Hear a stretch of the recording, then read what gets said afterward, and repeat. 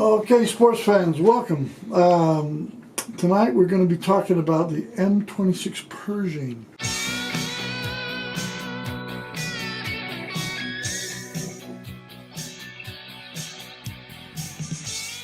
Which was a latecomer to World War II, but it was felt a little bit towards the end of the war, and it was supposed to be the replacement for the M4 Sherman. But it came, the development was a little bit too late to do a lot of good for the M4s, so they had very few of them in comparison to the M4s. Anyway, this is the Pershing, and we kind of did a little bit of unboxing to help speed up things tonight. So there she blows, is the Pershing, and it's a good-looking tank. It was considered a heavy medium tank. And it rolled in about, how many tons was it? 41.9 tons. 41.9 tons. Thanks, Adam. And so it was a pretty good sized tank. It wasn't as heavy as the German Tiger II, but it was, and it wasn't even as heavy as the German Tiger I. They really built it because halfway through the war, the Allies realized that they had to have something to compete with the bigger German tanks that were coming out. They were coming out, the Germans started coming out with some larger tanks. Now, the Sherman would compete fine with the Panzer IIIs and the Panzer IV tanks, but they couldn't compete with the Panther tanks or the Tiger tanks or the Tiger I tanks that were coming out. Being the Forces of Valor, we get a lot of extra stuff with it. We got a driver over there, which we're going to get in there sooner or later. Plus we have some extra things we can hang on the side, and we'll fix it up a little bit later. We got an antenna in the back. But Forces of Valor does a real nice job of doing Models. the models, these die-cast battle hardened, and I think this one has actually some steel in it. It's a very heavy model. Feel how heavy that is, Adam. It's a very stout model. Yeah, it definitely is heavier than some of the other models we're even going to talk about today. The Sherman we have is a lot lighter. Yes. Yeah, so anyway, that's a fun tank. So we're going to just go ahead and start talking about the specifications of the actual Pershing tank. So Adam? As you mentioned, it came pretty late in the war. There was lots of internal debate in the United States about whether to even use a heavy tank. There was some debate, specifically amongst the armed ground forces, that a heavy tank was unnecessary. It would be too difficult to transport because, to be fair to them, 3,000 miles of ocean is a long supply line to handle with a very heavy tank. Was it the McNamara or McNair, who says, geez, just keep building the Shermans that we know how to get over there rather than building something heavier. The Shermans were very effective up until the development of the Panther, Tiger I and Tiger II tanks, and then the Sherman was just outgunned. Yep. Some specifications, it was in service from late 1944 to mid-1945 in World War II. It would also see some service in the Korean War. About 2,202 of them were produced. Did they do any variations of those? Yeah. One variation that we're actually kind of really interested in was the Super Pershing. It had some elephant ears on its mantlet. Oh, I've seen that. They only built one though, is that correct? Like that? Then they built. Now the difference between the Super Pershing and the regular Pershing one, they put the larger gun in it, that 90mm gun, or what? What was the main difference between the Super Pershing and the regular Pershing? The main thing was the upgraded armor. They took the Glacius from the Panther tank, and they put it on the front. They also added some extra armor here and here, and then as well as up here, so that the gun was a little bit more well reinforced. But primarily, it was up armored. Here's our friend the Sherman. As you can tell a lot of difference between the Sherman and the Pershing at this point. The Sherman came in at, what, how many tons? It was a 39? 38 tons at the higher end. 38 tons, and I think Some of the higher variations. the jumbo Sherman was around, the jumbo was around 44, 45 I think that's right. tons. This came in at 41.9. 41.9, so basically 42 tons. And it was mostly armored. Now, some of the tanks, like I said, they built thousands of these Shermans. They built, I think, upwards of 40,000. Some estimates and variants were up closer to 50,000. Now here we're going to pull in the nemesis, really, of the Shermans was the Tiger tank, and when they started coming out with the Tiger tank with the 88 millimeter guns on them, they would just make Swiss cheese out of those poor Shermans. They just were able to, and unfortunately the gun on the Sherman would just bounce off the Tigers. There's been known battles where there'd be the Tiger could take literally hundreds of hits from the Sherman tanks, and they just sit and fire back at them. The Tiger 1 tank was 54 tons. Okay, I remembered that then. Oh, right. Okay, okay. So this is 42 tons, and this is 54 tons. So still, the Tiger still outweighed it, but the guns on them were very similar in size. This was a good answer to the thing. Now another tank that they had some problems with, fly over the camera, sorry, was that on this other side, then they started coming up with the Panther tanks, which weren't quite as heavy. These were, the Panther tanks were considered a medium-sized tank. I think they were 44 tons, if I recall, 45 tons. So similar to the weight to the Pershing, but they didn't have nearly the armor that the Pershing nor the Tiger tank had on it. And they didn't have where the Tiger had the 88 millimeter gun. The Panther would have the 7.5 centimeter Pac 42. Okay. The Tiger would have the 8.8 centimeter or 88 millimeter Pac. So this had the 36. The regular old Pac 42, and this had the Pac 88 in it, which was a lot bigger gun. Yeah. But the Pershing had a 90. Yep, that's correct. So it was very well.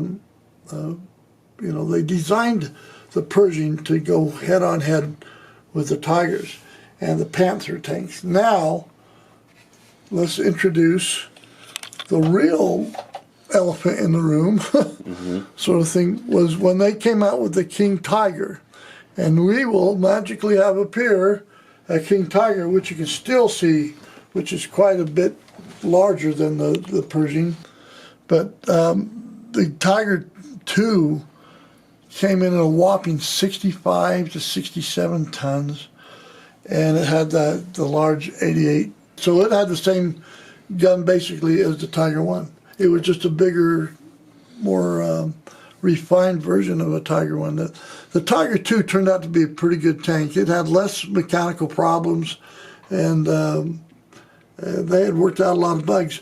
Unfortunately for the Axis, they only end up building about 492 of them versus about 1,300 of the Tiger tanks, which is still not very many. And they end up building about 2,200 Pershings, but most of those 2,200 ended up in Korea.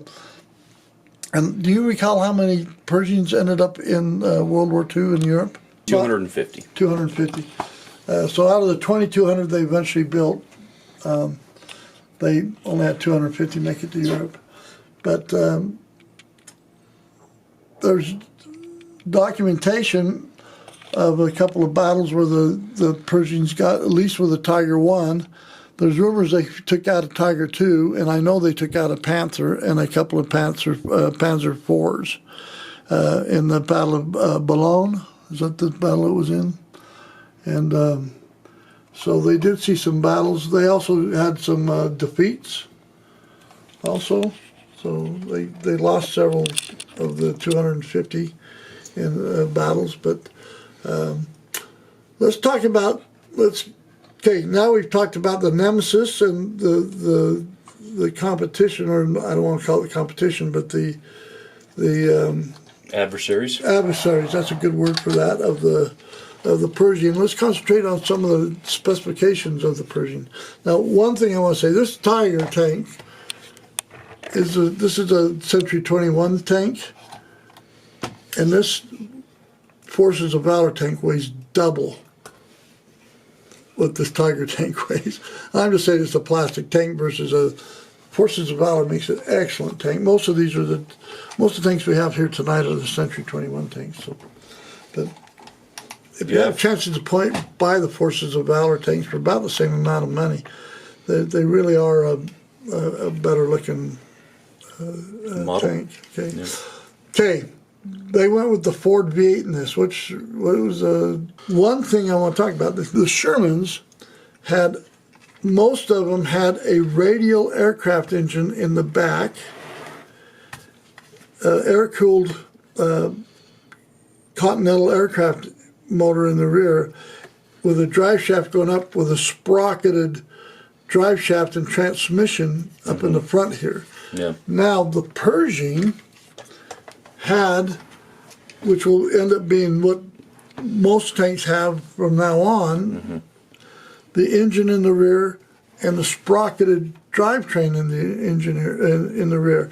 So the engine and transmission and the drivetrain are all compartmentalized in the rear, which was able to have the turret move forward. And actually, from what I read, that the inside of the Pershing was superior room-wise. Cockpit and the cruise quarters of the Pershing were all up here. They were larger and a little bit more compartmentalized up in the front, and it was able them to put a little heavier armor up in the front, and it was balanced pretty well. I think they said that it was a good riding tank. Maximum speed was 30 miles per hour on road. Off-road was 5.25 miles per hour. So it was a dog. Yeah. When it got off-road. Tiger tank did about 12 miles an hour off-road. It was a lot faster. Yeah. The Tiger would do 28 miles per hour on road, and it would do 12 to 16 miles per hour cross country. Yeah. That was the Tiger 1 or the Tiger 2 or both? Tiger 1. Yeah. And the Tiger 2 is as fast and as nimble as the Tiger. Actually, from what I read, the Tiger 2 was more nimble than the Tiger 1. Yeah. Yeah. And the Tiger 2 is a cool tank. They turned out to be pretty lucky. They only built 492 of them. I know. Yeah. All right. Anyway, so what are the specifications that I've just hit the highlights? Let's get more specifics, if you will. Yeah, so they went with that Ford V8 engine on this that was originally Ford had designed a V12 for aircraft, but there wasn't any buyers. Based on the Rolls-Royce? Yeah, okay. But there wasn't any buyers, so they're like, well, we'll make it a V8 and we'll sell it to tank manufacturers. So that's what we have here is a Ford V8. They're about 500 horsepower. Yep, they're about 500 horsepower. Is that the same engine they put in the Jumbo? Or is it even a bigger version of that, or about the same? It might be slightly modified. The Jumbo, I believe, had the GAN. Okay. And by the time that the Pershing was released, it had a GAF. I don't know the difference between those, but it was slightly improved. Yeah, I remember that they were one about 450 and one about 500 horsepower. But yeah, one of the next things I wanted to highlight is the suspension. Previous to the Pershing, we had the VVSS. Yeah. These things. Big toggle things. Yeah, the big toggle things. That was the suspension. The U.S. would finally move away from those to torsion bars. Which all the German tanks had. Yeah, which all the German tanks had. I think during the whole time during the war, I don't know that they had anything else. No, I think they came up with those almost on the 38Ts, didn't they? Yeah. Yeah. So this had the torsion bar suspension. I wonder why it didn't do very good off-road compared to some of those other tanks. Maybe just that doesn't sound like that go very fast compared to some of the other ones. It did really well. It did faster on-road than the rest of them, but it was slower off-road. Okay, you had a crew of 5. There was a commander, a gunner, a loader, a driver, and a co-driver. Okay, so they needed. Okay, so anyway. But yeah, it was pretty typical for a crew of 5 for a tank. Yep. Okay. Well, I think we covered that this is a Forces of Valor model that we'll put. And it was a pretty good answer to the German tanks. It came in really late in the war, so there's only about 250 of them deployed to Europe. There's not a lot of head-to-head combat stories of them, but there are some great successes of them, and there was no documented battle, even though there's some eyewitness battles, or one particular guy said that they took out a Tiger II tank with it, but that was never validated, but it was never disproven either. But there are instances where they did take out Tiger I tanks and Panther tanks. There's actually one well-reported one where you had a Panther. Let's set this up. You had a Panther back here. Down the street, you had some Shermans. There's 2 Shermans. They got popped by that Panther, but the Shermans radioed for a Pershing who happened to be on the side street. Pershing pulled forward, but by then, Panther had already turned its gun that way. So real quick, Pershing zoomed forward, launched off a shot, got off 2 more shots on the side of this Panther, and took it out. Is that the one where he went over the rubble and took a belly shot, or was that a different one? That was a different one. Yeah. That was a Panzer IV, they think. Oh, okay, yeah, that's right. That was a Panther. So there's a documented, very well documented battle between a Pershing and a Panther. Yep. All three shots penetrated. Yeah. Well, that's pretty good. Okay. Can you think of anything else that our fans need to know about the Pershing at this point? Tank experts rate it second only to the King Tiger. Oh, okay. As far as how well equipped it was, how efficient it was. Was it reliable? That's the main thing. The nemesis of the German tanks, especially on the Panthers, oh my gosh, were just notoriously crappy mechanically wise. They'd be lucky to get 20% of them to the battlefield at the beginning, and the Tigers weren't much better. If I recall, the Tigers, their kill ratio was 11-1, but even if you took this, they had over 50% of the casualties of the Tiger tanks were mechanical failures. Mechanical failures or running out of gas. About 60% or more of the Panthers it was, but remarkably, the King Tiger, which is a lot bigger tank, had less than 40% mechanical failures. Do you recall what the mechanical failures were on the Pershing? I didn't see that reported, but one thing that the U.S. had as an advantage was because the war was happening not on the American continent, they could take time to do development testing. Okay. And because it was such a heavy tank, because it had so far to ship, they did a lot more testing beforehand to make sure that it was going to function once it got to Europe. Yeah, yeah. I know it had. We're not talking about its. We'll be talking about Korean War a little bit later when we got some other Korean War tanks and things we'll be talking about. But I think it. Too bad it didn't get into the war sooner. Yeah. But from reading the developments with the some of the other tanks, the predecessors, they came up with a heavy tank that they wanted to ship over, but it was just too big. It came in. What was that one? Was that the T6? The M6? Yeah, the M6. I think they tried to do a heavy. That was a heavy tank, and that was over 60 tons, and they decided that one was just too heavy, and they wasted quite a bit of time developing that one. And then one report I read, it was an abject failure. Yeah, an abject failure. Yeah. One other thing I wanted to mention is they did send Pershings in the Pacific Theater to the Battle of Okinawa. Oh. But they did not engage. By the time they didn't arrive until August, and by September the war was over. Oh. Well, we haven't talked about too much of the Pacific War, and we're not trying to slight our our partners in our servicemen and everything over there.